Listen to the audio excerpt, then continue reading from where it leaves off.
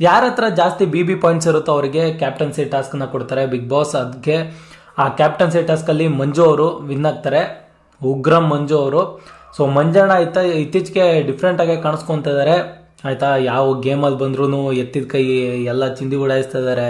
ಅದರಲ್ಲೂ ಸ್ಟ್ರಾಟಜೀಸ್ ಅಂತೂ ಕೇಳಂಗೆ ಇಲ್ಲ, ಅದರಲ್ಲೂ ಚಿಂದಿ ಉಡಾಯಿಸ್ತಾ ಇದ್ದಾರೆ. ಒಂದು ಸ್ವಲ್ಪ ಕನ್ನಿಂಗು ಅನ್ನೋದು ಬಿಟ್ಟರೆ ತುಂಬ ಒಳ್ಳೆ ಆಟನೇ ಆಡ್ತಾ ಇದ್ದಾರೆ ಮಂಜಣ್ಣ ಅವರು. ಹಾಗೆ ನೆಕ್ಸ್ಟ್ ವೀಕಿನ ಕ್ಯಾಪ್ಟನ್ ಆಗಿ ಕೂಡ ಸೆಲೆಕ್ಟ್ ಆಗಿದ್ದಾರೆ ಆ್ಯಂಡ್ ವೆಲ್ ಡಿಸರ್ವ್ಡ್ ಕ್ಯಾಪ್ಟನ್ಸಿ ಅಂತ ಹೇಳ್ಬೋದು. ಯಾಕಂದರೆ ತುಂಬ ಚೆನ್ನಾಗಿ ಆಟ ಆಡ್ತಾ ಇದ್ದಾರೆ. ಕೆಲವೊಂದು ಸತಿ ಜನಗಳ ಕಣ್ಣಿಗೆ ಜಾಸ್ತಿ ಕಾಣಿಸ್ಕೊಳ್ಳೋಕ್ಕಿಂತ ಕಾಣಿಸ್ಕೊಳ್ದೆ ಇರೋದೇ ಒಳ್ಳೇದು ಅನಿಸುತ್ತೆ. ಯಾಕಂದರೆ ಈ ಬಿಗ್ ಬಾಸ್ ಕ್ಯಾಪ್ಟನ್ಸಿ ಟಾಸ್ಕನ್ನು ಏನು ಕೊಟ್ಟಿದ್ರು ಅದರಲ್ಲಿ ಮಂಜಣ್ಣ ಹಾಗೂ ಶೋಭಾ ಅವರು, ರಜತ್ ಅವರು, ಹನುಮಂತು ಅವರು, ಹಾಗೆ ಚೈತ್ರ ಅವರು, ಇಷ್ಟು ಜನ ಎಲ್ಲ ಇದ್ದರು. ಆದರೆ ಮೇಯ್ನ್ ಆಗಿ ರಜತ್ ಅವರು, ಶೋಭಾ ಅವರು, ಮಂಜಣ್ಣ ಅವರು ಇವರೆಲ್ಲ ಹೊಡೆದಾಡ್ತಾ ಇದ್ದಿದ್ದೇನೆಂದರೆ ಅವರವರಲ್ಲೇ ಕಾಂಪಿಟೇಷನು ಆಯಿತಾ. ಅದನ್ನು ಏನು ಫೋಟೋನ ಕೆಸರಿಗೆ ಹಾಕಬೇಕು ಅಂತಿತ್ತು, ಇವ್ರ ಫೋಟೋ ತೊಗೊತಿದ್ರು, ಅವ್ರ ಫೋಟೋ ತೊಗೊತಿದ್ರು. ಕೊನೆವರೆಗೂ ಹನುಮಂತಣ್ಣನ ಫೋಟೋನ ಯಾರೂ ಹಾಕ್ಲಿಲ್ಲ ಆಯಿತಾ. ಲಾಸ್ಟಲ್ಲಿ ಹಾಕ್ಬಿಟ್ಟು ಗೆದ್ದಿದ್ದು. ಅಕಸ್ಮಾತ್ ಏನಾರು ಮಿಸ್ ಆಗಿತ್ತು ಅಂದಿದ್ರೆ ಇನ್ನೊಂದು ಸೆಕೆಂಡ್, 2-3 ಸೆಕೆಂಡ್ ಹೆಚ್ಚು ಕಮ್ಮಿ ಆಗಿದ್ದಿದ್ರು ಹನುಮಂತ ಅವ್ರು ಹೋಗಿ ಗಂಟೆ ಹೊಡೆದಿರೋರು. ಹಾಗೆ ಮಂಜಣ್ಣಂದು ಫೋಟೋ ಹೋಗಿ ಬಿದ್ದಿರೋದು, ಹನುಮಂತ ಅವರು ಮತ್ತೆ ಕ್ಯಾಪ್ಟನ್ ಆಗ್ತಿದ್ರು ಆಯಿತಾ. ಇವ್ರು ಮಾತಾಡ್ಕೊಂಡು ಇವ್ರು ಒಳಗೆ ಜಗಳ ಇಟ್ಕೊಂಡು ಅಷ್ಟನ್ನ ಅರ್ಚಾಡ್ಕೊಂಡು ಕಿರ್ಚಾಡ್ಕೊಂಡು ಸೊ ಜಾಸ್ತಿ ಇದು ಮಾಡೋದ್ರಿಂದ ಅವರವರಲ್ಲೇ ಕಾಂಪಿಟೇಷನ್ ಬಿಲ್ಡ್ ಆಗುತ್ತೆ. ಹಾಗೆ ಅವರವರೇ ಹೊಡೆದಾಡ್ಕೊತಾ ಇರ್ತಾರೆ. ಇಬ್ಬರ ಜಗಳದಲ್ಲಿ ಮೂರನೇವ್ರಿಗೆ ಲಾಭ ಅಂತ ಹೇಳ್ತಾರಲ್ಲ, ಸೊ ಆ ಥರ ಆಗೋಗೋದು. ಹನುಮಂತನಿಗೆ ಜಸ್ಟಲ್ಲಿ ಮಿಸ್ ಆಯಿತು ಆಯಿತಾ. ಆರಾಮಾಗಿ ಯಾರೂ ಕಾಂಪೇಟ್ ಪಡ್ತಿಲ್ಲ, ಆರಾಮಾಗಿ ಅವ್ರು ಮಾಡ್ಕೊಂಡು ಬರ್ತವ್ರೆ. ಲಾಸ್ಟಿಗೆ ಒಂದು ಇಟ್ಬಿಟ್ಟು ಹೊಡೆದಿದ್ದಿದ್ರೆ ಗಂಟೆ ಏನಾದರೂ ಹನುಮಂತಣ್ಣನೇ ಕ್ಯಾಪ್ಟನ್ ಆಗಿ ಹೋಗ್ತಿದ್ರು. ಸೊ ಮಂಜು ಅವರಾಗಿದ್ದು ಕೂಡ ವೆಲ್ ಡಿಸರ್ವ್ಡ್ ಕ್ಯಾಪ್ಟನ್ಸಿ ಅಂತಲೇ ಹೇಳ್ಬೋದು. ಹಾಗೆ ಉತ್ತಮ ಬಂದ್ಬಿಟ್ಟು ಮೋಕ್ಷಿತ್ ಅವ್ರಿಗೆ ಸಿಕ್ತು. ಹೋಪ್ ಮೋಕ್ಷಿತ್ ಅವ್ರಿಗೆ ಸಿಕ್ಕಾಪಟ್ಟೆ ಖುಷಿಯಾಗಿರುತ್ತೆ. ಯಾಕಂದರೆ ಹೋದ ವೀಕು ಎಲ್ಲ ಬರೀ ಮಂಜು ಅವ್ರ ಜೊತೆ ಹಾಗೆ ಗೌತಮಿ ಅವ್ರ ಜೊತೆನೇ ಕಳೆದೋಗಿದ್ರು. ಈ ವೀಕು ಆ ಕಂಫರ್ಟ್ ಝೋನಿಂದ ಹೊರಗಡೆ ಬಂದು ಅವ್ರಿಗೇನೋ ಒಂದು ಅಚೀವ್ ಮಾಡಿದ್ದಾರೆ. ಎಲ್ಲರ ಮನಸ್ಸನ್ನ ಗೆಲ್ಲೋ ಕಡೆ ಗಮನ ಹರಿಸಿದ್ದಾರೆ. ಹಾಗೆ ಏನು ಕೊಟ್ಟಿರೋವಂಥ ಗೇಮ್ನು ಕೂಡ ಚೆನ್ನಾಗಿ ಆಡಿದ್ದಾರೆ.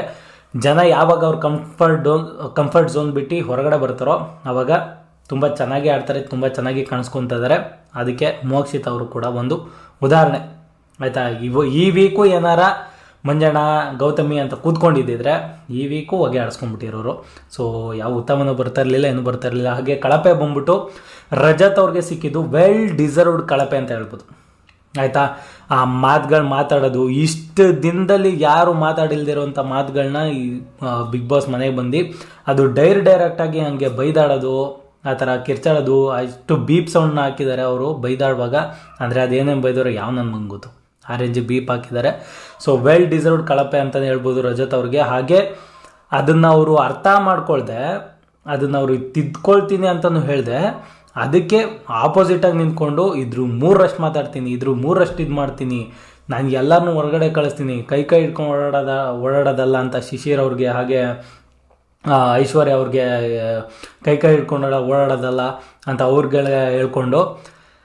ನನಗೆ ಒಂದು ಅರ್ಥ ಆಗಲ್ಲ.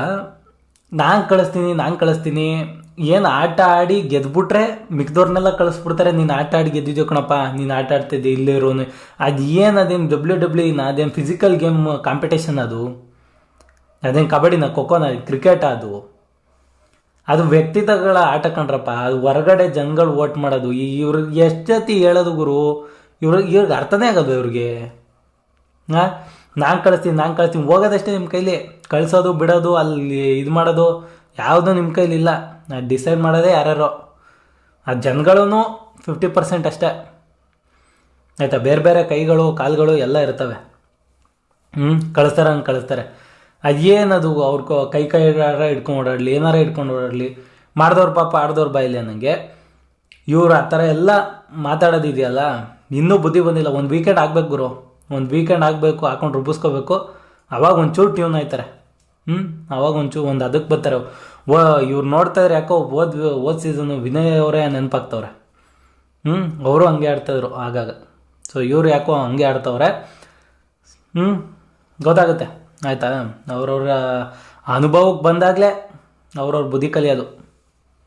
ಇವ್ರಿಗೂ ಅನುಭವಕ್ಕಾಗಿ ಕಾಯ್ತಾ ಇದ್ದಾರೆ ಅನಿಸುತ್ತೆ. ಸಿಗುತ್ತೆ, ನಾಳೆ ಸಿಗುತ್ತೆ, ಏನು ಜಾಸ್ತಿ ದೂರ ಇಲ್ಲ. ಸೊ ನೆಕ್ಸ್ಟು ಬರೋದಾದರೆ ಶೋಭಾ ಅವರು. ಬ್ಯಾಕ್ಲಾಗ್ ಆಯಿತಾ.